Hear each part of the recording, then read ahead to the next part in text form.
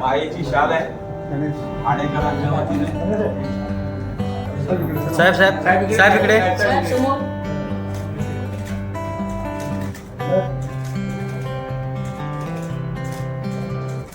पहिल्या दिवशी पहिल्या भेटीत एवढे सर्व समस्या सांगणं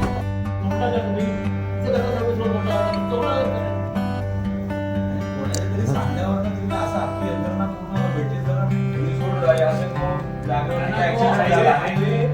काय झालं इमर्जन्सीमध्ये आपण जाण्याकरता ती नाही नॅशनल हायवेला आपण जे सर्व्हिस रोड करतो त्यासाठी करतो साहेब. आणि सर्वात बिझी असेल तर असा मोठा 2100 कोटी रुपये खर्च करतोय साहेब. तो बायपास आपण आणतोय आपण आता त्याला मंजुरी दिली आपण.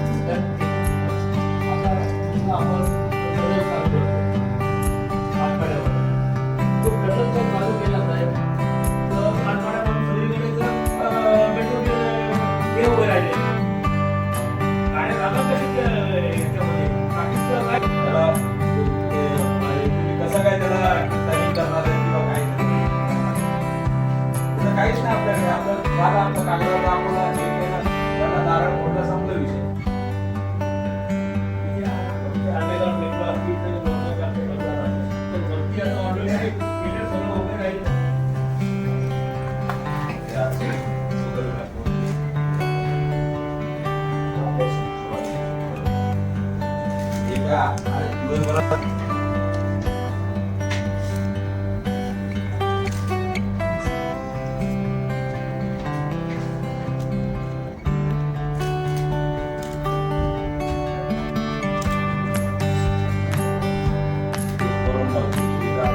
महापालिकेच्या बाजूची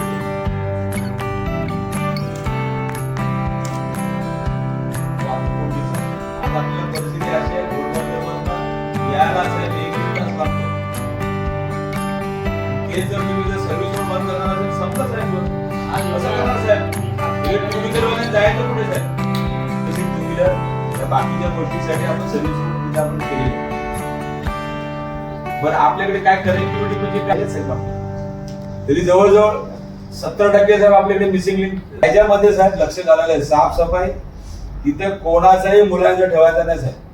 आणि हे पहिली जे कॉन्ट्रॅक्ट बिंट्रॅक्ट मध्ये जे आहेत ना लोक साहेब ती काढा, शोधून काढा कोण त्याच्यामध्ये कुठला अधिकारी त्यात पार्टनर आहे, कुठला 10 कामगारांचा साहेब. त्याला तुम्ही साफसफाई जे दिली साहेब त्यांच्याकडे गंबूट नाही, त्यांच्याकडे ते फावडे नाहीत, त्यांच्याकडे काय नाही. गोण्याने साहेब कचरा भरतात आधी महापालिकेची इज्जत जाते. लोकांना आपण जो काय पैसे द्यायचे त्यामध्ये सर्व सुविधा इन्शुरन्स पासून सर्व असतात पण ते देतात का, त्यांच्यापर्यंत पोहोचतात का?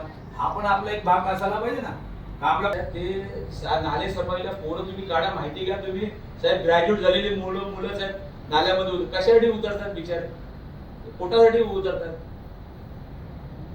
म्हणजे नाले सफाई आणि हा जो सिरियस विषय जो आहे हा यासाठी मोठा आंदोलन आम्ही उभारणार आहोत साहेब. तो माणूस आहे तो जो सर्व्हिस रस्ता रोड बंद करतो. कसलं प्लॅनिंग आपण करतो साहेब या शहर विकासाचा? तुम्हाला हा विषय माहित नसेल कदाचित पण तो विषय सिरियसली आहे साहेब. तुम्ही तो त्याकडे लक्ष 6 मीटर आहे, 3 मीटर का कमी करण्यात आलेला आहे शहर विकासला.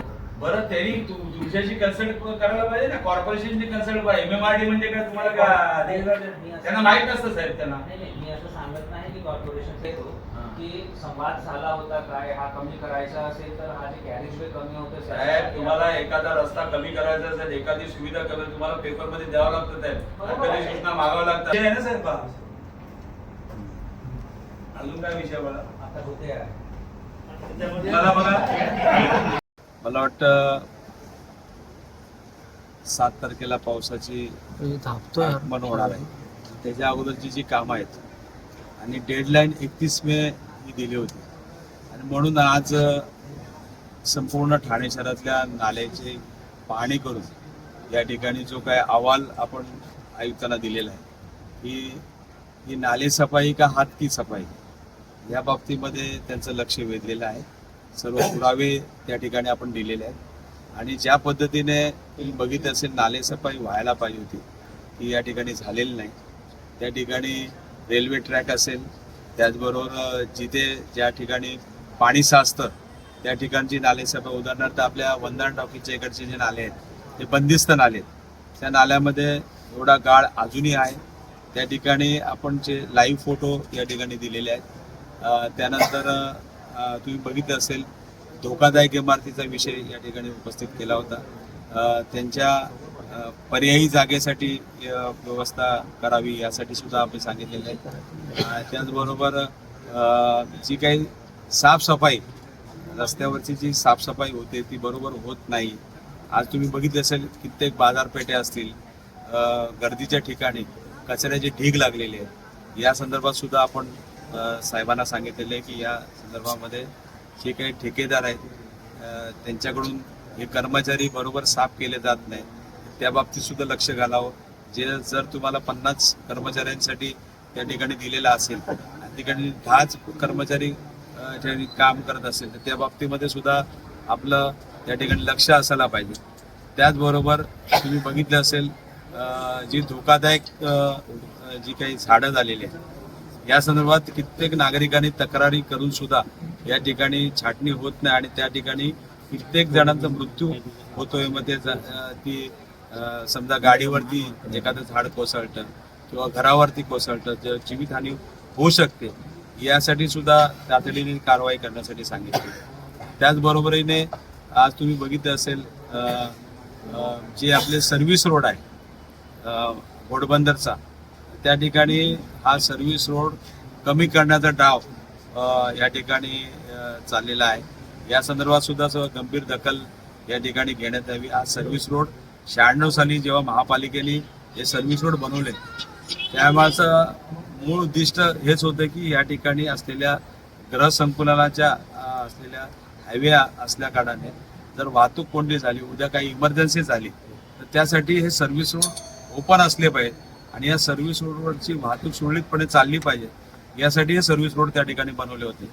आणि ते सर्व्हिस रोड जर समजा आता जर कोणाच्या सांगण्यावरनं हे जर कमी करत असतील किंवा काढत असतील तर त्याचा आम्ही ठाणेकर नागरिक म्हणून, त्याचं लोकप्रतिनिधी म्हणून त्या ठिकाणी आम्ही रस्त्यावरती उभे राहू असं आयुक्तांना सांगितलेलं आहे. आणि त्याचबरोबरीने सुलभ शौचालय असतील, काही ठिकाणी सुलभ शौचालय बांधून 1 महिना झाला तरी पण त्याला टाळं लावून ठेवलेलं आहे. हे कोणाच्या तरी सांगण्यावरनं हे जे काय चालू आहे. आणि आज तुम्ही बघितलं असेल आज ज्या पद्धतीने या महापालिकेतून आम्ही या ठिकाणी नगरसेवक, महापौर, आमदार, 2दा खासदार या महापालिकेच्यामुळेच आम्ही झालेलो आहे. आणि आमच्या डोळ्यात देखत या महापालिकेची चाललेली वाताहत बघतोय. आज कित्येक कर्मचाऱ्यांना या ठिकाणी परिवहनच्या कर्मचाऱ्यांना तुम्ही बघितलं असेल 12 वर्ष झाले त्यांना त्यांची जी काही देणी आहेत ती अजूनही मिळत नाहीत. आज कित्येक लोकांनी कामं केलेली आहेत ठेकेदारांनी, त्यांची बिलं गेल्या 1.5-2 वर्षापासून पेंडिंग आहे.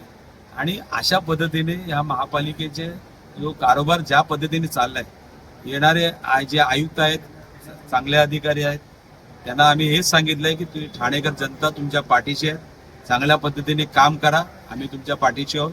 एखादा चुकीचं काम होत असेल त्याच्यावरती कारवाई झाली पाहिजे या संदर्भामध्ये आम्ही त्यांना सांगितलेलं आहे. आणि आम्हाला विश्वास आहे की येत्या 8 दिवसामध्ये जी काय आम्ही परिस्थिती त्यांच्या समोर ठेवलेली आहे ती कामं लवकरात लवकर होतील.